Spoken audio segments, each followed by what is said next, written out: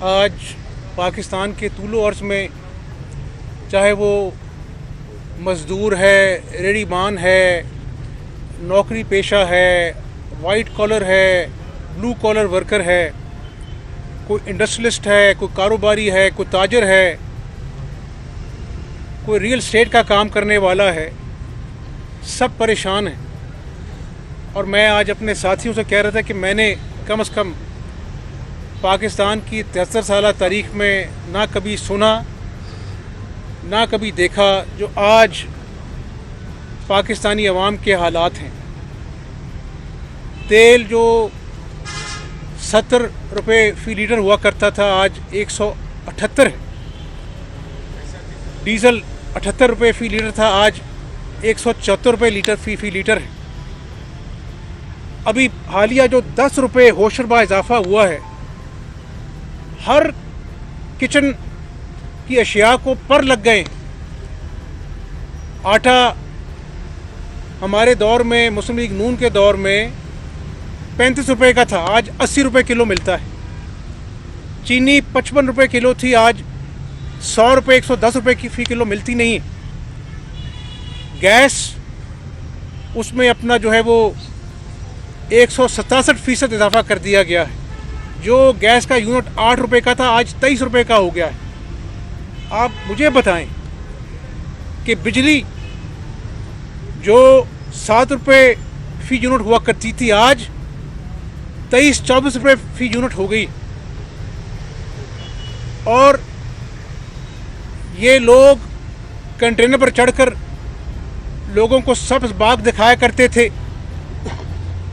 1 करोड़ नौकरियों का झांसा देने वाले, 50 लाख घर गरीबों को देने वाले, आज ना लोगों के पास रहने के लिए घर है। गरीब आदमी ने अपने झोंपड़े बेचकर अपने बच्चों के खानों का बंदोबस्त करता है, अपने बिजली के बिल अदा करता है, अपनी माँ की अद्वियात जो इन्होंने 3 सालों में 12 मरतबा बढ़ाई कीमत, आज 300 से 500% अद्वियात की कीमत बढ़ चुकी। कैंसर की दवाइयाँ जो मुफ्त मिलती थी शहबाज शरीफ साहब के दौर में, आज अपना जो है गरीब मारे मारे फिरते हैं। और मैं आपको आज आम आदमी की विपता अगर बयान करूं तो लोगों ने, यकीन मानिए मैं सच बोल रहा हूं, ये पाकिस्तानी कौम सुन रही है कि आज लोगों ने कहा कि हम अपना इलाज बंद करते हैं, हम बीमारी को गले लगाते हैं, लेकिन अपने बच्चों को भूख से बिलखता नहीं देख सकते। ये आज मैं ऑपोजिशन लीडर के हैसियत से बात नहीं कर रहा, एक पाकिस्तानी की हैसियत से बात कर रहा हूँ। और आपका जो सवाल है, यहाँ कल भी ईद मिलादुन नबी सल्लल्लाहु अलैहि वसल्लम के दिन हमारा वज़ीर आज़म जो रियासत मदीना की बात करता है, कल कहता है ये कोरोना की वजह से महंगाई है। पाकिस्तानी कौम सुन लो, ये झूठ बोलता है। मैं झूठ से नहीं काम लेता, मैं हकाइक बताता हूं कि आज 5 महीने से भारत में महंगाई का ग्राफ नीचे आ रहा है। 4.3% महंगाई है वहां पर। बांग्लादेश में 5.5% महंगाई है। श्रीलंका में 5.7% महंगाई है। और यहाँ पर आज के दिन जब मैं आपसे गुफ्तगू कर रहा हूँ, हफ्तावार महंगाई जो है वो 12% है, डबल डिजिट। और महीनावार जो महंगाई है वो 9% है। तो मुझे आप बताएं कि रीजन में, सारे मुल्क मैंने आपको गिनवा दिए, यहाँ पर क्यों महंगाई इतनी ज़्यादा है? क्या कोरोना वहाँ पे नहीं आया? क्या कोरोना से वहाँ पे हज़ारों लोग लुक़मा अजल नहीं बन गए? तो इनका काम 3 सालों में चौथा साल है, झूठ झूठ, इंतकाम इंतकाम। चलो इंतकाम अगर ऑपोजिशन से लेते तो और बात थी, अब तो गरीब लोगों से इंतकाम ले रहे हैं। गरीब आदमी की 2 वक्त की रोटी मुश्किल हो गई है और इनका झूठ, इनका इंतकाम ख़त्म होने का नाम नहीं लेता। और मैं पाकिस्तानी कौम को बताना चाहता हूँ कि हमारी जमात का ये फ़ैसला है कि अब हम इंशाअल्लाह आम आदमी के जो मसाइल हैं, आटा, चीनी, दाल, बिजली, गैस, सब के लिए मैं इंशाअल्लाह ताला हम सब मिलकर आवाम की आवाज़ के साथ आवाज़ मिलाएंगे। कंधे के साथ कंधा मिलाएंगे और अब ये फैसला सड़कों पे होगा, चौराहों पे होगा और इंशाअल्लाह ताला इसके खिलाफ भरपूर एहतजाज करेगी मुस्लिम लीग नून जो है इंशाअल्लाह। 3.25 साल हो चुके हैं, हुकूमत जो है टफ, अब तो आवाम को भी टफ टाइम देना शुरू कर दिया है, तो आप मजीद कितना टाइम देंगे? अपोजिशन बाहर निकल के मुकम्मल तौर पर क्यों नहीं बंद कर रही? आप अपोजिशन लीडर हैं पंजाब के अंदर, 161 एमपी हैं पंजाब में आपके, तो उनको घर क्यों नहीं भेज रहे? कम अज़ कम पंजाब में कामयाबी हासिल करनी है। मैंने आपको पहले भी बताया कई मरतबा कि हमने काली पट्टी बांध कर हल्फ लिया था असम्बली में, क्योंकि ये इलेक्शन धांधली ज़्यादा इलेक्शन थे। हम इनको मौका देना चाहते थे कि ये परफॉर्म करें, कोई ऐसा इकदाम नहीं करना चाहते थे कि ये सियासी शहीद बने। आज वो काम कोई और ना कर सकता था, ना मैं कर सकता था, ना मीडिया कर सकता था, जो आज अल्लाह की ज़ात ने किया कि अल्लाह ने इनके हर झूठे वादे को बेनकाब कर दिया कौम के सामने। कौम अब उठ खड़ी हुई है, हम अपना हर जमहूरी रास्ता अख्तियार करेंगे और इस हुकूमत को बेनकाब करेंगे और आवाम के साथ मिलकर इंशाअल्लाह ताला इसका मुहासबा करेंगे। और एक और बात भी बता दूं मैं आपको, ये रियासत मदीना की बात करने वालों को पता होना चाहिए कि जो फीकस आमदनी एक आम आदमी की होती है, जो 2017 में $1641 थी, आज वो गिरकर $1500 पर आ गई है। हिंदुस्तान में $1900 पर है और बांग्लादेश में $2200 पर है। तो मुझे बता दें, मैं किसी और मुल्क की, यूरोपीय मुल्क की बात नहीं कर रहा, मैं तो रीजन की बात कर रहा हूँ। तो कहाँ है इनकी अपना वो आइंस्टाइन्स जो कहते थे कि हम यहाँ पर कर्जा नहीं लेंगे, खुदकुशी कर लेंगे, जो कहते थे कि जी हम $200 अरब लेके आएंगे।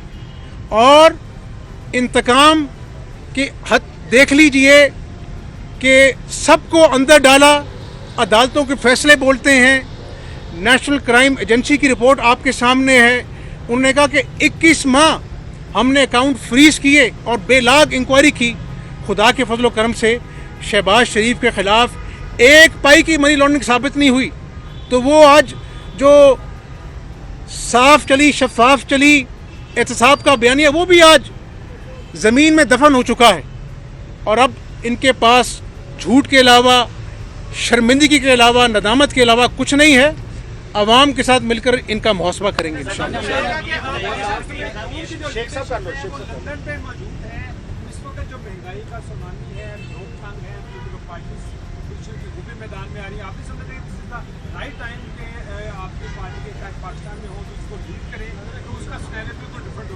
ये बात हो चुकी, जब उनके डॉक्टर्स इजाज़त देंगे वो आएंगे। मैं मौजूद हूँ, शहबाज शरीफ साहब मौजूद हैं, उनकी जमात मौजूद है, हम सब मौजूद हैं, मैदान अमल में हैं। सब ने जेलें काटी उनके साथियों ने, तो इंशाअल्लाह ताला भरपूर मुकाबला करेंगे। उनकी सेहत का मामला है, जब डॉक्टर इजाज़त देंगे वो आएंगे इंशाअल्लाह। ये बता दें कि नैब क़वानीन में जो तरामीम हुई है उससे आपको भी कोई फ़ायदा पहुँचेगा। और दूसरा जो है, नैब के जो चेयरमैन की जो तकर्री के हवाले से जो अपोजिशन लीडर की आईनी मसावरत का हक है, वो क्यों उन्होंने ख़त्म किया, उसके लिए आप आवाज़ करें। अब देखें ना, यही मसूफ जो इमरान अहमद नियाज़ी साहब हैं, वो कहते हैं कि 2 पाकिस्तान नहीं होने चाहिए। 3 साल बाद जब आटा स्कैंडल में अरबों का गबन सामने आ गया, चीनी स्कैंडल में अरबों का गबन सामने आ गया, LNG के अंदर जो कारस्तानी उसका गबन सामने आ गया, रिंग रोड पिंडी का अरबों रुपए का स्कैंडल सामने आ गया, आज याद आ गया है जी कि नैब कवानीन में चेंजेस लानी चाहिए। जो शख्स 4 साल चीख कर कहता रहा अपोजिशन को कि मैं NRO नहीं दूंगा, आज खुद उसने NRO ले लिया है। और मैं ये समझता हूँ कि नैब के अंदर तरामीम होनी चाहिए, लेकिन वो जो अपोजिशन जमातें हैं उनका मुतफ़िका कोई लाएमल सामने आएगा। अब मैं ये कहता हूँ कि ये सिर्फ नैब का जो ऑर्डिनेंस फैक्ट्री लगाई हुई है ऐवान सदर में, ये सिर्फ अपने आप को इमरान नियाज़ी NRO देना चाहता है, अपनी ATMs को NRO देना चाहता है। ये ऑर्डिनेंस के ज़रिए अपने आप को NRO दे सकता है, लेकिन पाकिस्तानी अवाम ने इस NRO को बीच चौराहे फाड़ के फेंक दिया है और इंशाल्लाह इनका मुहासबा करेंगे। पंजाब में एहतजाज करने शुरू जारी है, इन जो एहतजाज है इनकी क़यादत बासिफ करेंगे या मरियम नवाज करेंगे? इनकी क़यादत पाकिस्तान मुस्लिम लीग नून की क़यादत करेगी इंशाल्लाह। जहाँ पर ज़रूरत होगी वहाँ पर मैं भी जाऊँगा, शहबाज शरीफ साहब भी जाएंगे, मरियम बीबी भी जाएंगी, सब जाएंगे इंशाल्लाह। अच्छा, ये बताएं कि जो आपकी जमात जो है वो हुकूमत जाने की पार्टी बार बार तारीखें देती रही, तारीख पे करती रही। आप क्या कहते हैं, इलेक्शन कब होंगे और हुकूमत कब घर जा रही है? आप मुझे ज्योतिषी बनाना चाहते हैं, मैं ज्योतिषी बनने को तैयार नहीं हूँ। मैं अपना जो है ना वो सियासी इंसान हूँ, लेकिन जो मईशत की हालत इन्होंने कर दी है, इंटरनेशनली जो पाकिस्तान आइसोलेशन फेस कर रहा है, मैं समझता हूँ कि अवाम ने तो कब का इनको घर भेज दिया हुआ है और जल्दी इस बात का फैसला हो जाएगा। अच्छा सर, पहले ये इमरान खान साहब कहते थे कि अपोजिशन सारा कुछ लूट के खा गई, अब महंगाई के लिए कोरोना का नाम लिया जा रहा है, फिर कहते हैं कि इस्टेब्लिशमेंट के पास मेरे अलावा कोई चॉइस नहीं है। तो कैसे मुमकिन होगा कि पाकिस्तान के अवाम को चॉइस मिले कि उनके मुंतखब नुमाइंदे आए? मैं समझता हूँ कि जो शख्स ये समझ ले कि मेरे अलावा चॉइस नहीं है, तो कुदरत फिर खुद फैसला करती है। ये फैसले रब ताला के होते हैं, किसी इंसान के फैसले से नहीं होते। और कोई इंसान भी अपने तकब्बुर, खुद सरी और झूठ के सर पर अवाम के दिलों पर राज नहीं कर सकता। यही वजह है कि 4 साल धक्का लगा के ये गाड़ी पीटीआई की स्टार्ट भी नहीं हो सकी आज तक, और मईशत जो है वो जमीन बोस हो चुकी है। बताइएगा कि नैब ऑर्डिनेंस के ऊपर असद कैसर जो है वो आप लोगों से रब्ता करना चाह रहे हैं, एक टीम बनी है, तो क्या पीएमएलएन तैयार है कि असद कैसर के साथ उनके साथ रब्ता हो सके और क्या आप मुतफिक हो सके? ये बातें मैंने आपको कह दिया। ये इमरान नियाजी साहब अपने आप को एनआरओ देना चाहते हैं, इस गुनाह में अपोजिशन शरीक नहीं होगी इंशाल्लाह।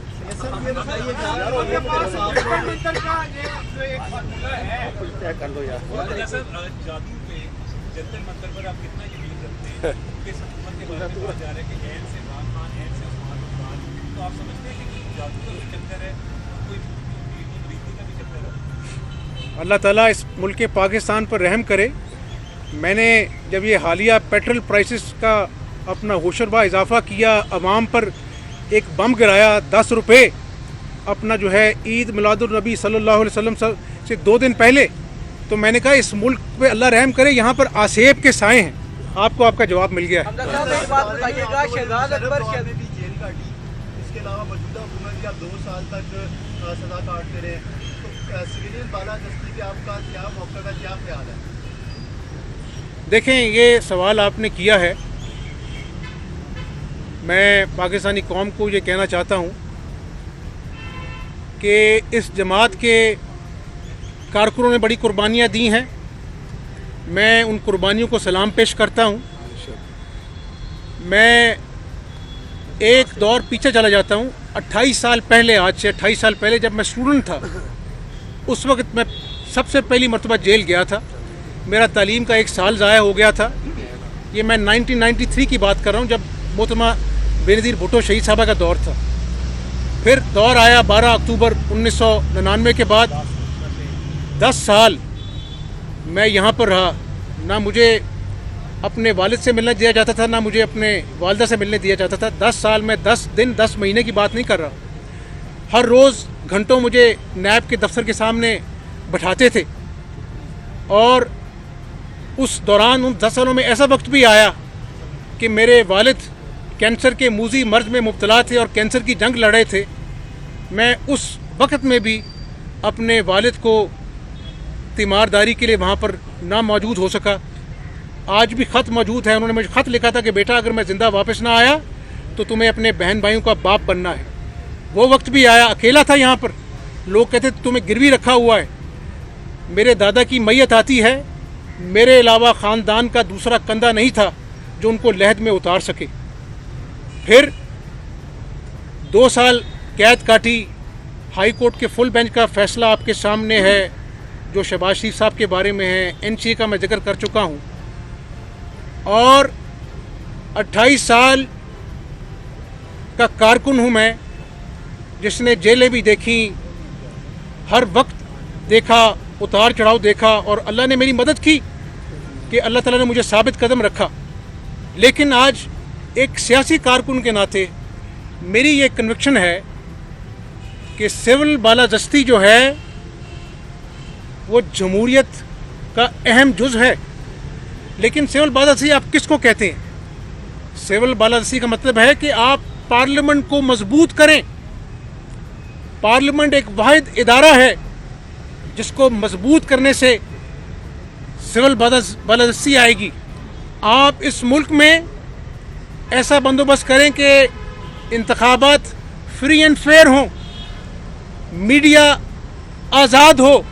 जिस तरह ये हुकूमत कोशिश कर रही है मीडिया की ज़ुबान बंदी करने का, हम भरपूर इसकी मुखालफत करते हैं। लेकिन इदारों को कमज़ोर करके सिविल बालादस्ती का ख्वाब शर्मिंदा ताबीर नहीं हो सकता। उसकी वजह ये बताता हूँ मैं आपको। इस मुल्क में APS पेशावर का सानिया हुआ, वो किसी फौजी के बच्चे बाद में थे, इस कौम के बच्चे थे। आज भी मैं अपनी आंखों के सामने वो मंजर लेके आता हूँ तो मेरे रोंगटे खड़े हो जाते हैं, क्योंकि मैं भी बेटी वाला हूँ। मैं उन शहीद बच्चों की माँओं और वालिदैन के लिए, लवाहिकीन के लिए दुआ करता हूँ।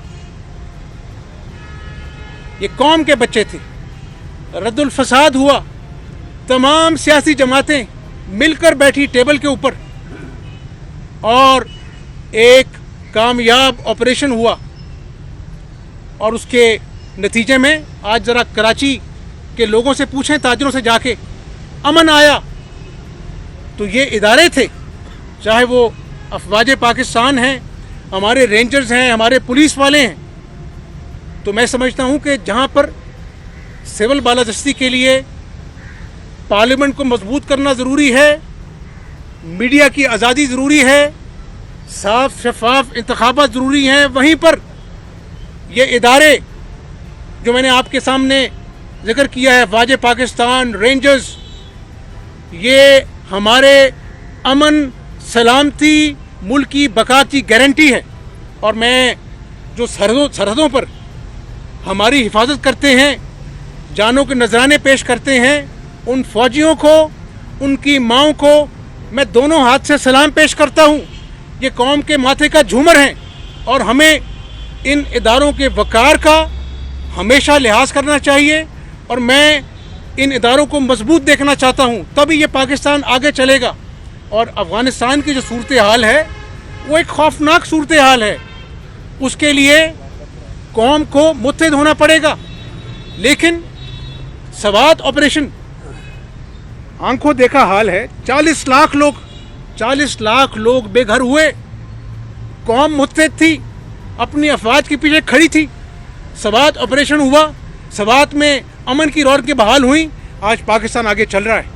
तो मैं समझता हूँ कि यही मेरे नज़दीक सिविल बालादस्ती का फार्मूला है, यही कामयाब फार्मूला है, और यही हमें पाकिस्तान को कायद-ए-आज़म का खुशहाल पाकिस्तान बनाने के लिए मददगार साबित होगा। YouTube पर Googly TV देखने के लिए youtube.com की सर्च बार में Googly TV टाइप करें। Googly TV के पेज पर सुर्ख रंग के सब्सक्रिप्शन वाले बटन पर क्लिक करना ना भूलिए।